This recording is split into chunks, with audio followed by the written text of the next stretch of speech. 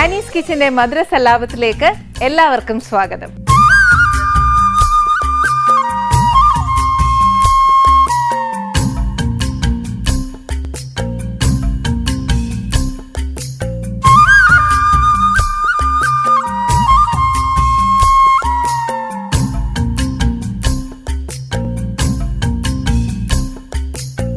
ഇന്ന് തിരുവോണമല്ലേ? അപ്പോൾ എല്ലാവർക്കും എൻ്റെയും എൻ്റെ കുടുംബത്തിൻ്റെയും തിരുവോണാശംസകൾ. ഇന്ന് എല്ലാവരുടെ വീട്ടിലും പായസം ഉണ്ടെന്ന് എനിക്കറിയാവേ, പക്ഷേ ഞാൻ ഇന്ന് ഇവിടെ നമ്മുടെ ആനീസ് കിച്ചണിൽ ചെയ്യാൻ പോകുന്നത് ചക്കപ്പായസം കേട്ടോ.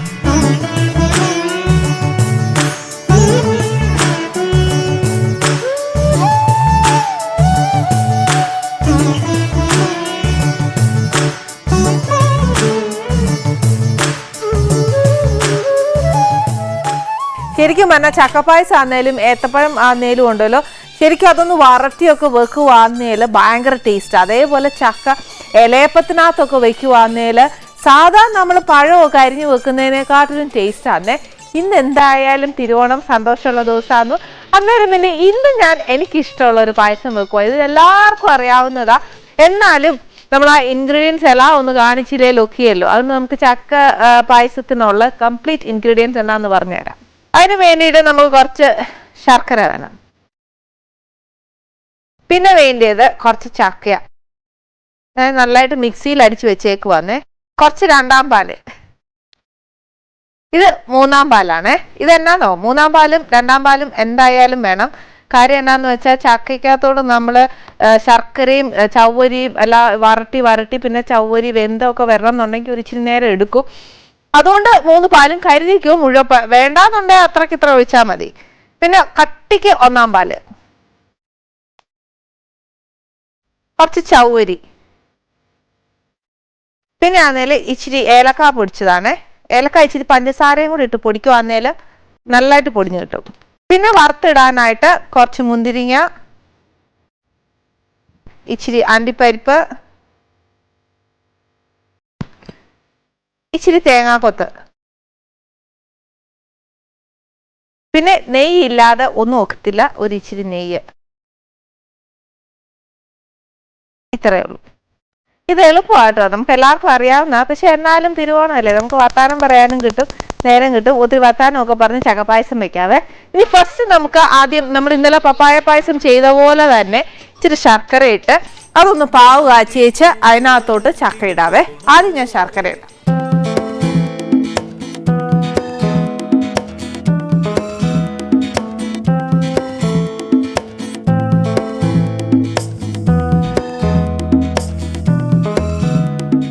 അതിനകത്തോട്ട് ഒരു ഇച്ചിരി വെള്ളം, അതായത് ശർക്കര ഒന്ന് ഉരുകാനായിട്ടാണേ.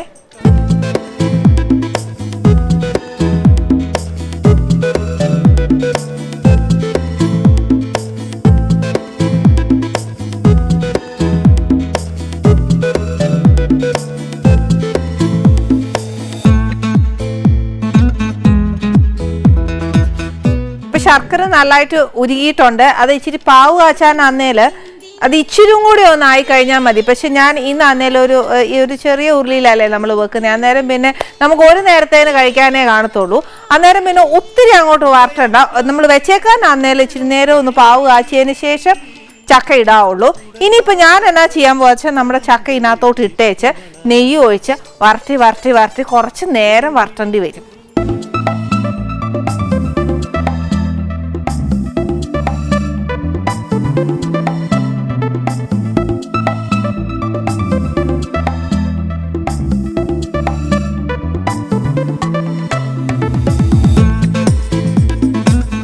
ഇനി ആ ചക്ക ഫുള്ള് നമ്മുടെ ശർക്കരയിൽ പിടിച്ച് ആ വെള്ളം ഫുൾ വറ്റിയേച്ച് ആ ശർക്കരയുടെ വെള്ളവും വറ്റി ചക്കയിലെ വെള്ളവും വറ്റി നല്ല എന്നാ പറയുന്നത്, ഒരു ഉദാഹരണം പറയുവാണെങ്കിൽ നമ്മളൊരു കേസരി ഉണ്ടാക്കാൻ നേരത്ത് ആ പാത്രത്തിൽ നിന്ന് ഇങ്ങനെ വിട്ടുപോരിയല്ലേ എന്ന് പറഞ്ഞ കൂട്ട് ഇതാവണേ. അതുകൊണ്ട് ഇച്ചിരി സമയം എടുക്കും ആ ശർക്കരയിലോട്ട് ഈ ചക്ക ഒന്ന് പിടിച്ചു വരാനായിട്ട്. ചക്കപ്പായസം വീട്ടിൽ വെക്കുവാന്നേൽ 4 ആൾ അറിയും കേട്ടോ, എന്നാ മണമാണെന്നറിയോ.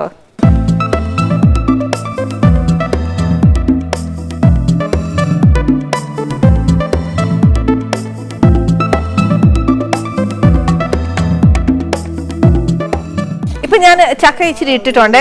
ഈ ചക്കയോടുള്ള ഒരു ഇച്ചിരി സ്നേഹം കൂടുതലായതുകൊണ്ട് ഞാൻ ഒരു സ്പൂൺ കൂടെ ഇട്ടോട്ടെ. പക്ഷെ നിങ്ങൾ അളവ് നോക്കി വെച്ചിട്ടാൽ മതി കേട്ടോ. എനിക്ക് ഇതിനോടൊരു സ്നേഹം കൂടുതലായതുകൊണ്ടാണ്. ചുമ്മാ അല്ല ചക്ക പോലെ ഇരിക്കുന്നതെന്ന് പറയരുത്.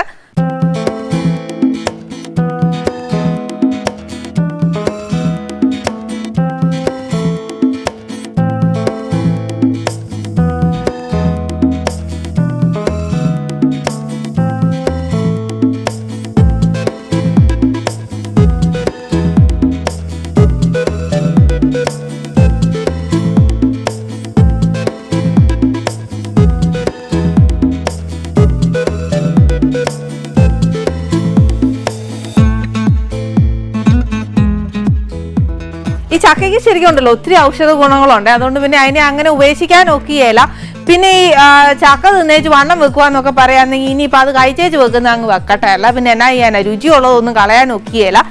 എൻ്റെ ഇഷ്ടം, എനിക്ക് ചക്കയോടുള്ള ഇഷ്ടവും കൂടുതലും കൊണ്ട് ഞാൻ ഇച്ചിരി ചക്ക കൂടുതൽ ഇട്ടത് കണ്ടായിരുന്നല്ലോ അല്ലേ. അപ്പോൾ വറുത്താനാന്നേലും ഒരു ഇച്ചിരി നേരം വേണം. എൻ്റെ ഈ ചക്ക വറുത്തിയതുണ്ടല്ലോ നല്ലോണം ഈ ഉരുളിക്കകത്തോട്ട് ഒന്ന് നോക്കി അന്നേരം കറക്റ്റായിട്ട് അറിയാവേ. നല്ലോണം വരണ്ടിട്ടുണ്ട്. നെയ്യൊക്കെ ഞാൻ ഇടയ്ക്കിടയ്ക്ക് ഇങ്ങനെ ഒഴിച്ചു കൊടുത്തായിരുന്നു. അന്നേരം ആ നെയ്യൊക്കെ ഇങ്ങനെ സൈഡിൽ കൂടെ ഇങ്ങനെ വരുന്നുണ്ട്. ഈ സമയത്തായിരുന്നു ആ ഉരുളിയുടെ അറ്റത്ത് പറ്റിയിരിക്കുന്നില്ലേ, ഭയങ്കര ടെംപ്റ്റേഷൻ അതിനോട് ഇങ്ങനെ ഒന്ന് മാന്താനേ. പക്ഷെ ഒക്കത്തില്ല എന്ന് എനിക്കറിയാം. ഡീസൻ്റ് ആവുമായിരുന്നു. ഇനി എന്നാ ചെയ്യാൻ പോകുന്നത് അറിയാം, ഈ ഒരു ഇച്ചിരി കുറച്ച് എന്നാന്ന് വെച്ചാൽ ചക്കയുടെ എത്രയാ ക്വാണ്ടിറ്റി എടുക്കുന്നതിനനുസരിച്ച് നമ്മുടെ ഈ പായസം എത്രയാ കുറുകേണ്ടതെന്ന് നോക്കിയേച്ച് എത്രയാ വേണ്ടതെന്നുള്ള ചൗവരി ചേർക്കുക. ഇപ്പം ഞാൻ ഈ എടുത്ത അളവിനാന്നേൽ ഒരു 1.5 ടേബിൾ സ്പൂൺ നിറച്ചിട്ടു.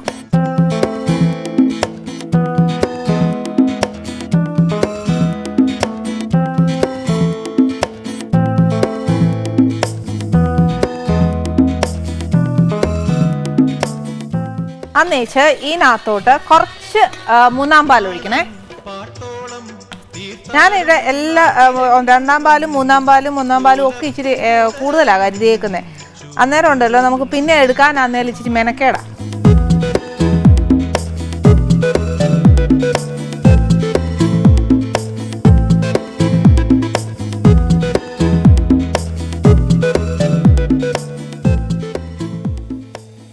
ആ തേങ്ങാപ്പാലും കൂടെ ഒഴിച്ചപ്പോൾ ഉണ്ടല്ലോ ശരിക്കും ആ ചക്കയുടെയും തേങ്ങാപ്പാലിൻ്റെയും ആ ശർക്കരയുടെ ഒക്കെ ഒരു മണം ഉണ്ടല്ലോ. അമ്മയെ സത്യമായിട്ട് ഞാനൊരു 5 മിനിറ്റ് നിങ്ങൾക്ക് ഇപ്പോൾ ബ്രേക്ക് വന്നിരുന്നെങ്കിൽ ഞാൻ ആ ഉരുളിയുടെ അറ്റത്തെ മുഴുവൻ കാണുമല്ലായിരുന്നു സെക്കൻഡ് ബ്രേക്ക് ഓപ്പൺ ചെയ്യുമ്പോഴേ.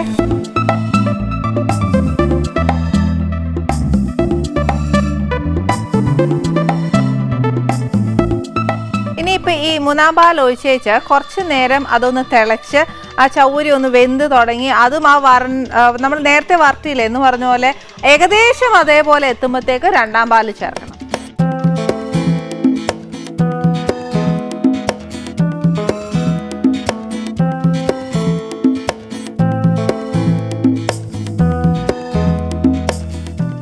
ഇനി ഇതിനകത്തോട്ട് ചൗരി നമുക്ക് അര പോലും വേവായിട്ടില്ല. ഇനി ഇതിനകത്തോട്ട് 2-ാം പാൽ ഒഴിക്കണേ.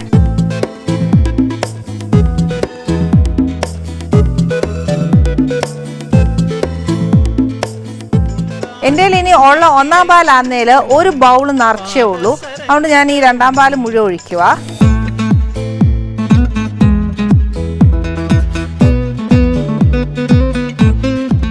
അന്നേച്ച് പതുക്കെ ആ പാല് അതിനകത്തോട്ട് ഇങ്ങനെ അലിയണേ. ഇപ്പം 2-ാം പാൽ ഒഴിക്കുമ്പോഴത്തേന് കുറച്ചുകൂടെ നല്ല മണമാന്നേ. ചക്കപ്പായസത്തോളം വരികയില്ല ബാക്കി എന്നാ പായസമാണെങ്കിലും. രുചിയൊക്കെ ഉണ്ട്, ഇല്ലാന്ന് ഞാൻ പറയുകയില്ല. പക്ഷെ എന്നാലും ചക്കപ്പായസത്തോടുള്ളൊരു ടേസ്റ്റ് ഉണ്ടല്ലോ, ചക്കയും ഏത്തക്കായും എന്നാ ടേസ്റ്റാ.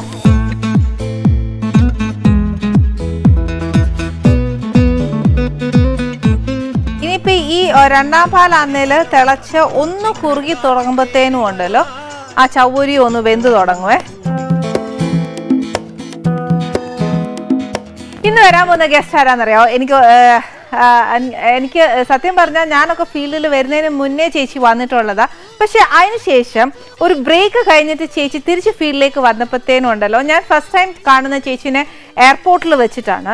അപ്പം ഞാൻ വിചാരിച്ചു ചേച്ചി ഇങ്ങനെ അധികം വർത്താനം ഒന്നും പറയുകയല്ലായിരിക്കും, എന്നെ അറിയത്തില്ല. പക്ഷെ എനിക്ക് ചേച്ചിയെ ഞാൻ കണ്ടിട്ടുണ്ട്, പക്ഷെ എന്നെയും കണ്ടിട്ടുണ്ടാവും, ഇല്ലെന്ന് ഞാൻ പറയുന്നില്ല. പക്ഷെ ഞങ്ങൾ തമ്മിൽ ഇതുവരെ വർത്താനം ഒന്നും പറഞ്ഞിട്ടില്ല.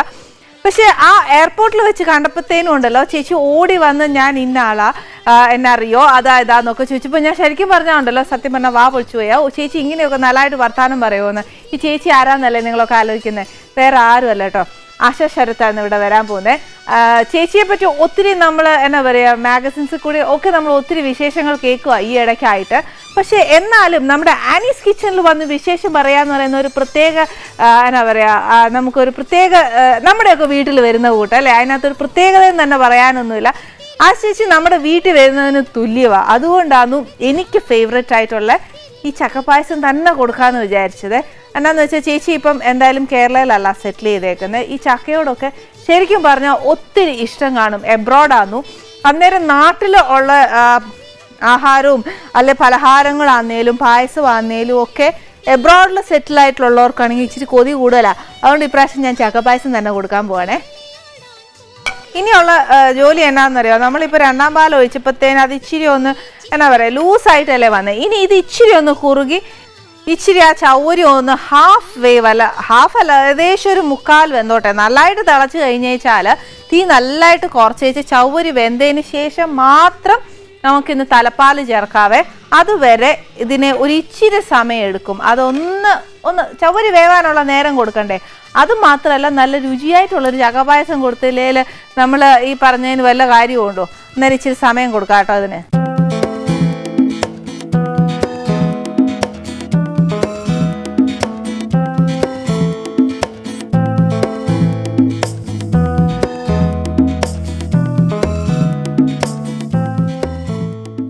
രണ്ടാം പാലും ഏകദേശം കുറുകി കഴിഞ്ഞേ വേണ്ടേ, ഇത്രയേ ഉള്ളൂ. പക്ഷെ ഇത് ഇച്ചിരി നേരം കൂടി ഇരിക്കുമ്പോഴത്തേനും അത് ഇച്ചിരി കൂടെ കുറുകും. ഇനി എന്നാ ചെയ്യേണ്ടത് വെച്ചാൽ നമുക്ക് തലപ്പാൽ ഒഴിക്കാവേ. തലപ്പാൽ ഒഴിക്കുമ്പോൾ നമുക്ക് ആ പായസത്തിന് എന്തോരം ലൂസാ വേണ്ടിയെന്നുള്ളത് നോക്കിയേച്ച് ചേർത്തച്ചാൽ മതി.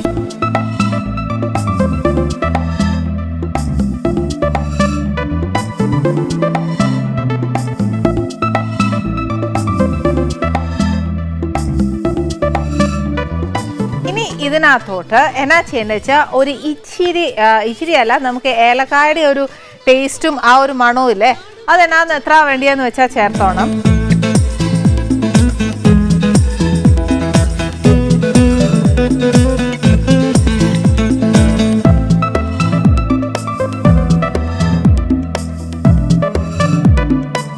തലപ്പാൽ ഒഴിച്ച് കഴിഞ്ഞാൽ ഒരുപാട് നേരമായിട്ട് തിളപ്പിക്കല്ലേ, അതൊന്ന് നല്ലതായിട്ട് ചൂടായി കിട്ടി കഴിഞ്ഞാൽ ഓഫ് ചെയ്യാം. ഒരുപാട് നമ്മളിട്ട് തിളപ്പിക്കുവാന്നേൽ പിന്നെ ചില സമയത്താന്നേൽ എന്നാ പറയുക അതൊന്ന് പിരിഞ്ഞു പോകാൻ ചാൻസ് ഉണ്ട്. അന്നേരം ഒത്തിരി തിളപ്പിക്കല്ല, ഒന്ന് നല്ല ചൂടാകുമ്പോഴത്തേക്ക് ഓഫ് ചെയ്യുക. പിന്നെ എനിക്ക് ചെയ്യേണ്ട ഒരു കാര്യം എന്നാണെന്നറിയാം, അത് നമുക്ക് എല്ലാവർക്കും അറിയാം, നമ്മുടെ അണ്ടിപ്പരിപ്പ്, മുന്തിരിങ്ങ, തേങ്ങാക്കൊത്ത് ഇതൊന്ന് വറുത്തിട്ടേച്ച് ഒന്ന് പ്രസൻറ്റ് ചെയ്യേണ്ട താമസം മാത്രമേ ഉള്ളൂ. അടുക്കള മുഴുവൻ ചക്കമണമാണേ. പക്ഷെ അത് വേണ്ട, ഒരു നല്ല മണമല്ലേ, നമുക്ക് പൂവിൻ്റെ ഒക്കെ അതൊരു നല്ല മണവും ഇടയിൽ കൂടെ ഒരു ചക്കപ്പായസത്തിൻ്റെ മണവും കൂടെ വന്നു പോകുമ്പോഴേ സദ്യ ഉണ്ണാനൊരു കൊതി വരുള്ളൂ. അങ്ങനെ ആശിച്ചിക്ക് ഒരു കൊതി വന്നോട്ടെ. നമ്മുടെ ആ ഉരുളി ഞാൻ മാറ്റിയില്ല കേട്ടോ. എന്നാന്നറിയാവോ, ഈ നമ്മൾ ആ ഉരുളിയുടെ അറ്റത്ത് ഒക്കെ പറ്റിപ്പിടിച്ചിരിക്കുന്നതും ഒക്കെ അതിന് ആ ടേസ്റ്റ്. പക്ഷേ ഈ ഉരുളിയിൽ നിന്ന് മാറ്റി കഴിഞ്ഞാലുണ്ടല്ലോ ആ ചക്കപ്പായസത്തിൻ്റെ ഒരു ടേസ്റ്റേ മാറിപ്പോവും. അതുകൊണ്ട് ഞാൻ അതേ തന്നെ വെച്ചേക്കും. എന്നുവെച്ചിട്ടുണ്ടല്ലോ ആ ഉരുളിനകത്ത് നിന്ന് ഇങ്ങനെ നെയ്യൊക്കെ ഇളകി വരുമ്പോഴൊക്കെ ഉണ്ടാവുന്ന ഒരു ടേസ്റ്റ് ഉണ്ടല്ലോ, ഭയങ്കര നല്ല ടേസ്റ്റാ. ധാരാ വന്നേക്കുന്നേ, നോക്കട്ടെ. ഞാൻ ആദ്യം ചക്കയാണ് നോക്കിയത്. ചേച്ചി എന്നെ നോക്കിയേ, സുന്ദരിയായിരിക്കുന്നു ആനിക്കുട്ടി ആസ് യൂഷ്വൽ. ചുമ്മാ കാഴ്ചതായിട്ടാ. ഞാൻ നേരത്തെ പറഞ്ഞതൊക്കെ സത്യമാണെന്നുള്ളത് ഇപ്പൊ മനസ്സിലായല്ലേ. ഞാൻ ചേച്ചിയെ പറ്റി എന്നൊക്കെ പറഞ്ഞെന്നറിയോ, ഞാൻ പറഞ്ഞു ചേച്ചിനെ ആദ്യമായിട്ട് ഞാൻ കാണുന്നത് എയർപോർട്ടിൽ വെച്ചിട്ടാണ്. അന്നേരം ചേച്ചി എന്റെ മുഖത്ത് പോലും നോക്കിയില്ല, ഭയങ്കര ദേഷ്യത്തിൽ ഇങ്ങനെ മുഖമൊക്കെ തെറ്റിച്ചിട്ട് മാറിപ്പോയി. എന്നിട്ട് ഭയങ്കര അഹങ്കാരിയായിട്ടൊക്കെ എന്നോട് പെരുമാറിയെന്നല്ലൊക്കെ ഞാൻ പറഞ്ഞു തന്നെ. അങ്ങനെ പറഞ്ഞോ? ആ സത്യമായിട്ടും. ഹാപ്പി ഓണം ചേച്ചി. Happy Onam happy Onam. ഈ നാട്ടിൽ വരുമ്പോഴൊക്കെ ഉള്ളോ ഈ ഓണവും ഒക്കെ? അവിടെ ഒന്നും ഓണമൊന്നും ഇല്ലേ? ഞങ്ങൾ നന്നായിട്ട് ഓണവും വിഷുവും ഒക്കെ ആഘോഷിക്കുന്ന കൂട്ടത്തിലാണ് പ്രവാസികൾ. അവിടുത്തെ അസോസിയേഷൻ എല്ലാരും കൂടെ അസോസിയേഷൻസ് ഉണ്ടാവും, പിന്നെ കുറെ കൂട്ടുകാരുണ്ടാവും, കുറച്ചുള്ള ബന്ധുക്കളെയൊക്കെ പറക്കി കൂട്ടിയിട്ട് ഓണവും വിഷു ഒക്കെ നല്ല ഗംഭീരമായിട്ട് നമ്മൾ ഇവിടെ ഘോഷിക്കുന്ന പോലെ തന്നെ എന്ന് പറയാൻ പറ്റില്ല, പക്ഷെ ഒരു വേറെ രീതിയിൽ. കാര്യം ഇവിടെ നമുക്ക് കുറച്ചുകൂടെ നമ്മൾ മുറ്റത്തൊന്നും കാട്ടിൽ നിന്നൊക്കെ പൂക്കളൊക്കെ പറിച്ച് വെച്ച് അങ്ങനെയൊന്നും നമുക്ക് ആഘോഷിക്കാൻ പറ്റിയില്ലെങ്കിലും നമുക്ക് പറ്റുന്ന രീതിയിൽ ഉള്ളത് ഓണം പോലെ എന്ന് പറയണ പോലെ നമ്മൾ പഴഞ്ചൊല്ല് കറക്റ്റ് ആണ്. അതാ ഇന്നത് കിട്ടിയാലേ ഒക്കത്തുള്ളൊന്നുമില്ല, ഉള്ളത് ഓണം പോലെ എന്ന് പറഞ്ഞാൽ ഭയങ്കര ഹാപ്പി അല്ലേ ശരിക്കും. അന്നേരമല്ലേ ഈ സെറ്റും മുണ്ടും ഒക്കെ ഏറ്റവും കൂടുതൽ ഉടുക്കുന്നേ? അതുവരെ അലമാരയല്ലാന്നേ? തീർച്ചയായിട്ടും എപ്പോഴും അങ്ങനെ കൊടുത്ത ഒരു ചാൻസ് കിട്ടുന്ന ആ സമയത്താണ്. ശരി. ചേച്ചിക്ക് ഇന്ന് ഞാൻ വെച്ചേക്കുന്ന എന്നാന്നറിയാവോ? ചക്കപ്പായസം ഞാനിവിടെ ഉണ്ടാക്കിയേക്കുന്നത്. അത് ഞാൻ ഇങ്ങോട്ട് വരുമ്പോ തന്നെ മണത്തുനിന്ന് എനിക്ക് മനസ്സിലായി ചക്കയാണ്. ചക്കയൊക്കെ ഭയങ്കര ഇഷ്ടമാണ്. ശരിക്കും ദുബായിൽ ഏറ്റവും കൂടുതൽ മിസ് ചെയ്യുന്ന ഒരു കാര്യം ചക്കപ്പഴവും പച്ച ചക്കയൊക്കെയാണ്. ചക്ക കിട്ടുമെങ്കിലും പക്ഷെ ഭയങ്കര കുറച്ച് 2 ചോള 3 ചോള അങ്ങനെ വളരെ പിശുക്കി കിട്ടുള്ളൂ. അത് ചിലപ്പോൾ ശ്രീലങ്കനായിരിക്കും, അങ്ങനെയായിരിക്കും. കേരളത്തിൽ നിന്ന് വരുന്നത് വളരെ റെയറാണ്. അപ്പൊ ഈ ചക്കപ്പഴം നമുക്കിങ്ങനെ ആർത്തിയോടെ കഴിക്കണമെങ്കിൽ നാട്ടിൽ വരണം. പിന്നെ ഞാൻ നാട്ടിൽ നിന്ന് പോകുമ്പോ സ്വീറ്റ് കേസിലൊക്കെ ആക്കി ചക്കപ്പഴവും ചക്കയൊക്കെ കൊണ്ടുപോകാറുണ്ട്. ചേച്ചി സൂട്ട് കേസിനകത്ത് ചക്കയും ആരും അറിയില്ലല്ലോ സത്യമാ. ഇതെങ്ങാണോ ഒന്ന് പെട്ടി ഒന്ന് അവിടെ കസ്റ്റംസിനെ തുറന്നു നോക്കിയാല് ചേച്ചി പെട്ടി നോക്കും, അവര് ചേച്ചിയെ ഒന്ന് നോക്കും. സത്യമാ. ചേച്ചി കുക്ക് ചെയ്യോ? നന്നായിട്ട് കുക്ക് ചെയ്യുന്നതാണ് എന്റെ വിശ്വാസം. കറക്റ്റ് ആണെങ്കിൽ ശരത്തേട്ടനോട് ചോദിക്കണം, പക്ഷെ ഞാൻ മോശമില്ലാണ്ട് കുക്ക് ചെയ്യുന്ന ആളാണ്. എനിക്ക് ശരിക്കും പറഞ്ഞാൽ ചേച്ചിയുടെ ഒത്തിരി വിശേഷങ്ങൾ ചോദിക്കുന്നുണ്ട്. ചേച്ചിയെ പറ്റി എന്നാന്ന് വെച്ചാൽ നമ്മൾ തമ്മിൽ വർക്ക് ചെയ്തിട്ടില്ല, പക്ഷെ പല ഫംഗ്ഷൻസിന് വെച്ച് നമ്മൾ കണ്ടിട്ടേ ഉള്ളൂ. അന്നേരം വർത്താനം പറയാനൊക്കത്തൂല്ല. ഈ പറഞ്ഞിട്ട് ഹായ് ചേച്ചി നമസ്തേ എന്ന് പറഞ്ഞാൽ നമ്മൾ എല്ലാവരും അങ്ങ് പോവല്ലേ. പക്ഷെ ഇന്ന് എനിക്ക് ചേച്ചിയോട് ഒത്തിരി കാര്യങ്ങൾ ചോദിക്കാനുണ്ട്. എന്റെ ദൈവമേ. കോംപ്രമൈസ് ഡീൽ ഉറപ്പിച്ചേ. നമുക്ക് അവിടെ ഇരുന്ന് വർത്താനം തീർച്ചയായിട്ടും ഇത് കൊണ്ടുവരുമല്ലോ അല്ലേ? പിന്നെ ചേച്ചി ഞാൻ കൊണ്ടുവരാൻ വരും.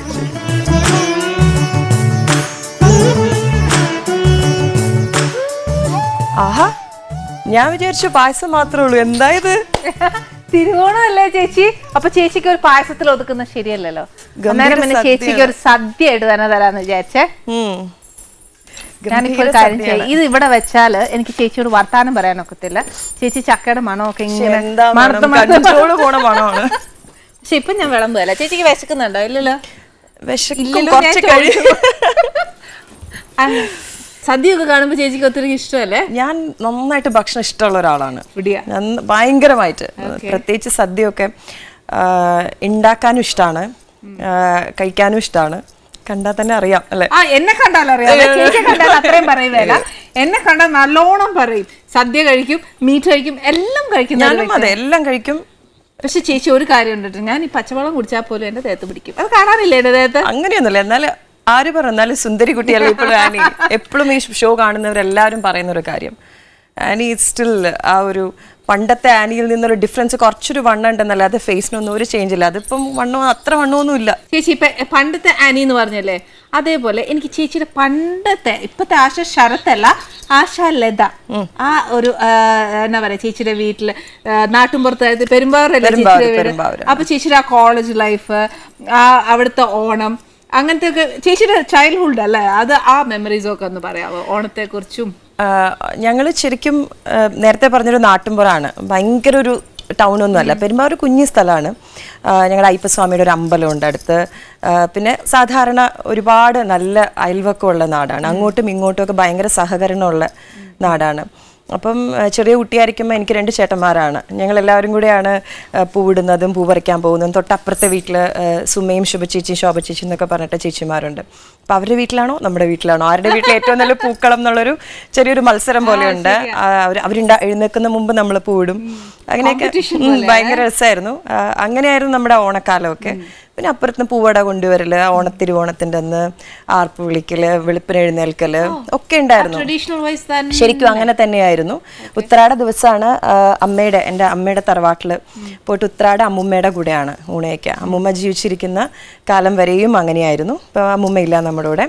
അപ്പം അമ്മുമ്മയുടെ തറവാട്ടിൽ പോയിട്ട് എല്ലാ മക്കളും, കല്യാണം കഴിപ്പിച്ചു വിട്ട മക്കളും കൊച്ചുമക്കൾ എല്ലാവരും കൂടെ പിണ്ടിമന എന്ന് പറഞ്ഞാൽ അത് അതിലും ഗ്രാമമാണ്, തൃക്കാരിയൂർ എന്ന് പറഞ്ഞ സ്ഥലമാണ്, കോതമംഗലം. അവിടെ അമ്മുമ്മയുടെ കൂടെ എല്ലാവരും ഇരുന്ന് നിന്ന് ഉത്രാടം ഉണ്ടിട്ട് തിരുവോണം ഞങ്ങളുടേതായിട്ടുള്ള വീട്ടിലാണ്. അതെ, അവിടെയാണ്. അപ്പൊ എല്ലാ പ്രാവശ്യവും അവിടെ നിന്ന് പോകുമ്പോൾ ഒരു സങ്കടമാണ്, പോണോ വേണ്ടയോ. അപ്പൊ അമ്മ പറയും എപ്പോഴും ഇല്ല, തിരുവോണം എപ്പോഴും അവനവന്റെ വീട്ടിലാണ് ഉണ്ണേണ്ടത്, അതുകൊണ്ട് നമുക്ക് തിരിച്ച് നമ്മുടെ വീട്ടിൽ പോയിട്ട് വേണം തിരുവോണം ഉണ്ണാന്നുണ്ട്. അങ്ങനെ തിരിച്ചു വരും. പിന്നെ സദ്യ ഉണ്ടാവും, പുതിയ ഉടുപ്പൊക്കെ കിട്ടും. അതാണ് ഏറ്റവും പുതിയ ഉടുപ്പ് കിട്ടും. അതെ, അമ്മാവന്മാരൊക്കെ ഉടുപ്പൊക്കെ മേടിച്ചു തരും. അത് വലിയൊരു സന്തോഷമാണ്. പിന്നെ ഞാനും എൻ്റെ ചെറിയ ചേട്ടനും 1 വയസ്സ് വ്യത്യാസമുള്ളൂ, ബാലു എന്നാണ് പേര്. അപ്പോൾ ഞങ്ങൾ ആരുടെ ഉടുപ്പാണെന്നുള്ളത്, ആർക്കാണ് കൂടുതൽ സദ്യ, ഇങ്ങനെയുള്ള അന്ന് മുതലേ ഉള്ളൊരു ഒരാളെ നോക്കൂ. എപ്പോഴും അങ്ങനെയാണ്, കൂടുതൽ കിട്ടുന്നുണ്ടോ എന്നുള്ള നോട്ടാണ്. അത് ശരിക്കും കുഞ്ഞുനാളെ മിക്കവർക്കും ഉണ്ടാവുന്ന ഒരു സൈക്കോളജി അല്ലേ. കുഞ്ഞുനാളല്ലേ, ഇപ്പൊ വലുതായിട്ട് ഇപ്പൊ ഞങ്ങൾ അങ്ങനെ തന്നെയാണ്. ചേച്ചി വളർന്നില്ലേ? ചേച്ചി ഞാൻ വളർന്നു, ബാൽട്ടം വളർന്നിട്ടില്ല. ഇപ്പോഴും അങ്ങനെ നോക്കൂ. അല്ല, ചുമ്മാ തമാശക്ക് നമ്മളിപ്പോഴും പറയും, നിനക്കാണോ നല്ല സാരി അമ്മ മേടിച്ചു തന്നത് എന്നൊക്കെ ചോദിക്കും, ചുമ്മാ തമാശക്കാണെങ്കിലും ഒക്കെ. അങ്ങനെയായിരുന്നു ചെറിയ കാലത്ത് ഓണം. പിന്നെ ഞാൻ വളരെ നേരത്തെ കല്യാണം കഴിച്ച് പോയി, 10-18 വയസ്സ് കഴിഞ്ഞപ്പോൾ കല്യാണം കഴിച്ച് ദുബായിക്ക് പോയി. അത് കഴിഞ്ഞ് ചേച്ചി ഒരുപാട് മിസ്സായില്ല ഇവിടെയൊക്കെ? പിന്നെ എപ്പോഴും വിശേഷ ദിവസങ്ങളെല്ലാം നമുക്ക് മിസ് ചെയ്യുന്നത് ആദ്യം മിസ് ചെയ്യുന്നത് അച്ഛനമ്മമാരെയാണ്. അച്ഛനമ്മമാരെയും കൂടപ്പിറപ്പുകളെയാണ് ആദ്യ വിശേഷ ദിവസം എന്ന് പറയുമ്പോൾ മിസ് ചെയ്യുന്നത്. പിന്നെ നമ്മളൊക്കെ കല്യാണം കഴിച്ച് നമ്മളുടേതായ കുടുംബം. അപ്പം അമ്മ പറഞ്ഞ ആ സെൻറ്റൻസ് ഞാൻ എപ്പോഴും ഓർക്കും, ഉത്രാടം അമ്മൂമ്മയുടെ വീട്ടിലാണെങ്കിൽ തിരുവോണം നമുക്ക് നമ്മുടെ വീട്ടിലാണ്. അതുപോലെ എനിക്ക് എൻ്റെതായ ഒരു കുടുംബമാവുമ്പോൾ ഞാൻ അതിൽ സന്തോഷം കണ്ടെത്തുന്നു. അവിടെയാണ് ഞാനും ശരത്തേട്ടനും മക്കളും ഞങ്ങളുടെ കുറച്ച് ഫ്രണ്ട്സും അവിടെയുള്ള റിലേറ്റീവ്സും ചേർന്നിട്ടാണ് കഴിഞ്ഞ ഇത്രയും വർഷത്തെ ഓണം. എനിക്ക് എപ്പോഴും ഓണം വിഷു ആ സെൻറ്റൻസ് അച്ഛനമ്മ പറഞ്ഞ ഒരു കാര്യമാണ്. എനിക്ക് എവിടെയെങ്കിലും പോയിട്ട് ഓണം വിഷു ഉണ്ണുമ്പോൾ അയ്യോ അതൊരു തെറ്റാണോ, നമ്മൾ നമ്മുടെ വീട്ടിലല്ലേ ചെയ്യേണ്ടത് എന്നൊരു തോന്നലാണ്. അതുകൊണ്ട് എപ്പോഴും എൻ്റെ വീട്ടിൽ തന്നെയാണ് ഞാൻ ചെയ്യാറുള്ളത്. അപ്പൊ അമ്മയുടെ ചേച്ചി ഏറ്റെടുത്തത് നൃത്തമാണോ? അമ്മയുടെ ഏറ്റെടുത്തത് നൃത്തം ഓഫ് കോഴ്സ് അമ്മ പഠിപ്പിച്ചതും ഒക്കെയാണ്. പക്ഷെ അമ്മയുടെ ഞാൻ മനസ്സിലാക്കിയത് ഏറ്റവും വലിയൊരു കാര്യം കുടുംബിണി എന്നുള്ള കൺസെപ്റ്റാണ്. 100% യെസ്. വേറെ എന്തുണ്ടെങ്കിലും കുടുംബം ആണ് ഏറ്റവും പ്രധാനം എന്നുള്ള. അപ്പം അമ്മ ഇപ്പോൾ നൃത്താധ്യാപികയും പെർഫോമറും ഒക്കെ ആണെങ്കിൽ കൂടി ആദ്യം ഇന്നും അച്ഛന് അമ്മ വിളമ്പിയാലേ അച്ഛൻ കഴിക്കൂ, അച്ഛൻ കിടക്കണമെങ്കിൽ അമ്മ കിടക്കവരിക്കും. അച്ഛൻ വളരെ കർക്കശക്കാരനായിട്ടുള്ള ആളാണ്. ശരത്തേട്ടന് അത്രയും നിർബന്ധങ്ങളില്ല, കുറച്ചുകൂടെ ഫ്രീഡം ഒക്കെ ഉണ്ട്. പക്ഷെ എങ്കിലും ആ മനസ്സിൻ്റെ ഉള്ളിൽ ആദ്യത്തെ വരി അമ്മയെപ്പോലെ ഒരു കുടുംബിനി ആവണം എന്നുള്ളതാണ് ആഗ്രഹം. ആഗ്രഹമല്ല ചേച്ചി, ആന്നല്ലോ, അല്ലാന്നല്ല. പക്ഷെ എന്നാലും അങ്ങനെ തന്നെ അമ്മയുടെ അത്രയും എനിക്ക് എത്തിപ്പെടാൻ പറ്റുണ്ടോന്ന് അറിയില്ല, ബട്ട് ഞാൻ ശ്രമിക്കാറുണ്ട്. പിന്നെ അത് നല്ലൊരു കാര്യമല്ല, നല്ലൊരു എയിം അല്ലേ ചേച്ചി അത്. അച്ഛൻ ഭയങ്കര സ്ട്രിക്റ്റാ? അച്ഛൻ ഭയങ്കര സ്ട്രിക്റ്റ് ആയിട്ടാണ് കാണിക്കുക, പക്ഷെ ബേസിക്കലി പാവമാണ്. അച്ഛൻ കുറച്ചൊരു കർക്കശക്കാരനാണ്, ഭയങ്കര ദേഷ്യക്കാരനാണെന്നൊക്കെയാണ് പൊതുവേ ഉള്ളൊരു വിചാരം. പക്ഷെ നല്ല സെൻസ് ഓഫ് ഹ്യൂമർ ഉള്ള ആളാണ്, നല്ല തമാശകൾ പറയുന്ന ഒരാളാണ്. പിന്നെ അച്ഛൻ്റെ പെറ്റാണ്, ഞാൻ ഒറ്റ മകളാണ്. അതൊക്കെ കുറച്ചൊക്കെ. അച്ഛൻ എപ്പോഴും എന്നും രാവിലെയും വൈകുന്നേരവും എനിക്ക് കിട്ടുന്ന കോള്, മുടങ്ങാതെ കിട്ടുന്ന കോള്. ഞാൻ ഇത്രയും 10-20 വർഷങ്ങളായി അവിടെ ഉള്ളത്. കല്യാണം കഴിഞ്ഞ് പോയിട്ട് തന്നെ ആദ്യം രാവിലെ എഴുന്നേൽക്കുമ്പോഴാണെങ്കിലും വൈകിട്ടാണെങ്കിലും ഒരു ഗുഡ് നൈറ്റ് അച്ഛൻ, നീ ഓക്കെ അല്ലേ എന്ന് പറഞ്ഞിട്ടുള്ള ഒരു കോൾ എൻ്റെ അച്ഛൻ്റെയാണ് സ്റ്റിൽ ഇന്ന് വരെയും, ഇന്നത്തെ ദിവസം വരെയും. ഇപ്പം ഞാൻ ദുബായിൽ നിന്ന് വന്നാലും എത്തിയാലും എവിടെയാണെങ്കിലും അച്ഛൻ്റെ റെസ്പോൺസിബിലിറ്റി. ഇന്നും ഞാൻ എയർപോർട്ടിൽ വന്നിറങ്ങുമ്പോൾ അച്ഛനുണ്ടാവും, തിരിച്ചു കയറ്റിയുടെ അച്ഛനുണ്ടാവും. അച്ഛനില്ലാത്തൊരു വന്നിറങ്ങുന്നത് എനിക്ക് സങ്കല്പിക്കാൻ കഴിയില്ല. അത്രയും ഒരു കെയറിങ് ആയിട്ടുള്ള അച്ഛനാണ്. ഇന്നും അതിൽ ഏറ്റവും എനിക്ക് അത്ഭുതമായിട്ട് തോന്നിയിട്ടുള്ള, ഞാൻ എവിടെ പെർഫോം ചെയ്താലും, കേരളത്തിൽ എവിടെ പെർഫോം ചെയ്താലും അല്ലെങ്കിൽ ഇന്ത്യയുടെ ചില ഭാഗത്ത് പെർഫോം ചെയ്താലും അച്ഛൻ വരും. അച്ഛനിപ്പോൾ 70-75 വയസ്സ് കഴിഞ്ഞു. ബട്ട് സ്റ്റിൽ എനിക്ക് ദൂരത്തേക്ക് പ്രോഗ്രാം എടുക്കുമ്പോൾ എനിക്ക് ഉള്ളിൽ എപ്പോഴും ഒരു ടെൻഷനാണ്, അച്ഛൻ അവിടം വരെ വരുമല്ലോ എന്നാണ് എൻ്റെ പേടി. ബട്ട് സ്റ്റിൽ അതിന് മുമ്പിലിരുന്ന് അച്ഛന് പറ്റിയിട്ടല്ല എങ്കിലും അത് കാണുമ്പോൾ അച്ഛൻ പറയും, നീ എപ്പോഴും ഒരു 3-4 വയസ്സുള്ള ആശ കളിക്കുന്ന പോലെയാണ്. ഞാൻ പറഞ്ഞു 40 വയസ്സ് കഴിഞ്ഞു, പക്ഷെ അച്ഛൻ ഇപ്പോഴും ആ ഒരു മകൾ കളിക്കുന്ന ഒരു സന്തോഷം എനിക്കിപ്പോഴും. അച്ഛൻ എന്തെങ്കിലും ചെയ്യുമ്പോൾ ഇന്നിപ്പോൾ ഒരു സപ്പോസ് ഇപ്പോൾ ഒരു 3-4 മണിക്കൂർ ഒരു വൈകുന്നേരം വരെ ഇപ്പോൾ ശരത്തേട്ടനെ ഇപ്പോൾ ഞാൻ കുറച്ച് തിരക്കിലാണെങ്കിൽ വിളിച്ചിട്ടില്ലെങ്കിലും നമുക്ക് ഓക്കെ ശരത്തേട്ടൻ മനസ്സിലാവുന്ന ഒരു ടെൻഷനുണ്ട്. അച്ഛനെ വിളിച്ചിട്ടില്ലെങ്കിൽ എനിക്ക് ടെൻഷൻ, അയ്യോ അച്ഛൻ വിളിച്ചിട്ടില്ലല്ലോ, അച്ഛൻ വിളിക്കുമ്പോൾ എനിക്ക് ചീത്ത കിട്ടുമല്ലോ എന്നുള്ളൊരു ടെൻഷനുണ്ട്. ഒരു പേടി കലർന്ന് ഭയമുള്ള സ്നേഹമാണ്. അതാ വേണ്ടിയത്. ചിലപ്പോൾ എൻ്റെ ജനറേഷൻ്റെ ആയിരിക്കും, ഇപ്പോഴത്തെ ജനറേഷൻ. എൻ്റെ മക്കളൊക്കെ ഒരു പേടിയില്ല, അച്ഛനെ തലയിലാണ് ശരത്തിന്റെ തലയിലാണ് രണ്ടുപേരും. ചേച്ചി ചെയ്ത ക്യാരക്ടേഴ്സിൽ ഈ പ്രൊഫസർ ജയന്തി എന്ന് പറഞ്ഞൊരു ക്യാരക്ടർ ചെയ്തു, അതിനെ ആശ ശരത് എങ്ങനെയാ കാണുന്നതിന്?